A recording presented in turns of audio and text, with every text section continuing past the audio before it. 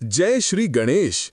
गणेश जी का विवाह किससे हुआ, कैसे हुआ और उनके विवाह में क्या बाधाएं आईं? आइए जानते हैं। भगवान शिव और देवी पार्वती के पुत्र भगवान गणेश की पूजा सभी देवताओं से पहले की जाती है। हर शुभ कार्य करने से पहले उनकी पूजा की जाती है। भगवान गणेश को गणपति के नाम से भी जाना जाता है, क्योंकि वे गणों के देवता हैं और उनका वाहन मूषक है।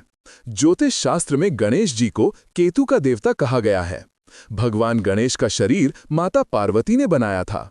उस समय उनका चेहरा सामान्य था, बिल्कुल किसी इंसान जैसा। एक बार की बात है, माता पार्वती ने गणेश जी को घर की रखवाली करने का आदेश दिया, क्योंकि माता पार्वती स्नान करने जा रही थीं। गणेश जी को आदेश मिला कि जब तक देवी पार्वती स्नान कर रही हों, तब तक कोई भी घर के अंदर ना आए। तभी भगवान शंकर द्वार पर आए और गणेश ने उन्हें अपने ही घर में प्रवेश करने से मना कर दिया, जिससे क्षुब्ध होकर भगवान शिव ने गणेश का सिर धड़ से अलग कर दिया। गणेश को इस अवस्था में देखकर माता पार्वती दुखी हो गईं। तब शिव ने पार्वती का दुख दूर करने के लिए गणेश को पुनः जीवित कर दिया और उनके धड़ पर एक हाथी का सिर लगा दिया और उन्हें प्रथम पूज्य होने का वरदान दिया। क्या आप जानते हैं गणेश जी का विवाह न होने का कारण क्या है? आइए विस्तार से जानते हैं। गणेश जी के भी 2 दांत थे, जो उनके हाथी के सिर की शोभा बढ़ाते थे। लेकिन परशुराम से युद्ध के कारण गणेश जी का एक दांत टूट गया था। तभी से उन्हें एक दंत कहा जाता है। इन्हीं 2 कारणों से गणेश जी का विवाह नहीं हो पाया था। कोई भी सुशील कन्या उनसे विवाह करने को तैयार नहीं थी। पहला कारण तो यह था कि उनका सिर हाथी के समान था और दूसरा कारण यह था कि उनके एक दांत था। इसी कारण भगवान गणेश क्रोधित रहते थे। जब भी गणेश किसी अन्य देवता के विवाह में जाते तो उनके मन को बहुत ठेस पहुंचती थी। उन्हें लगता था कि यदि उनका विवाह नहीं हो पा रहा है तो वे किसी और का विवाह कैसे होने देंगे। इसलिए उन्होंने अन्य देवताओं के विवाह में बाधा उत्पन्न करना शुरू कर दिया। इस कार्य में गणेश जी की सहायता उनका वाहन मूषक करता था।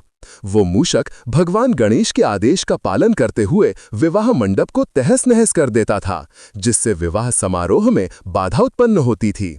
भगवान गणेश और मूषक की मिली भगत से सभी देवता परेशान हो गए और भगवान शिव को अपनी कथा सुनाने लगे।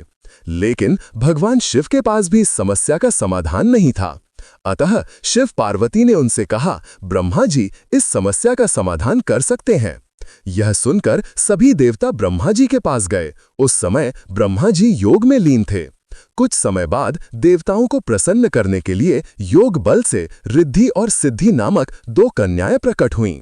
दोनों ब्रह्मा जी की मानस पुत्रियां थीं। ब्रह्मा जी दोनों पुत्रियों को लेकर गणेश जी के पास आए और कहा, तुम्हें इन्हें शिक्षा देनी होगी। गणेश जी शिक्षा देने के लिए तैयार हो गए। जब भी किसी के विवाह की सूचना मूषक के माध्यम से गणेश जी तक पहुंचती तो रिद्धि और सिद्धि उनका ध्यान भटकाने के लिए कोई ना कोई घटना छेड़ देतीं। ऐसा करने से हर विवाह बिना किसी बाधा के संपन्न हो जाता था। लेकिन एक दिन गणेश जी को सब समझ आ गया, जब उनके वाहन मूषक ने उन्हें देवताओं के विवाह बिना किसी बाधा के संपन्न होने की बात बताई। इससे पहले कि गणेश जी क्रोधित होते, ब्रह्मा जी उनके सामने प्रकट हो गए रिद्धि सिद्धि के साथ और कहने लगे, मुझे इनके लिए कोई योग्य वर नहीं मिल रहा है, कृपया इनका विवाह कर दीजिए। इस प्रकार गणेश जी का विवाह बड़े ही धूमधाम से रिद्धि और सिद्धि से हुआ और इसके बाद उन्हें 2 पुत्रों की प्राप्ति हुई, जिनके नाम थे शुभ और लाभ। जय श्री गणेश।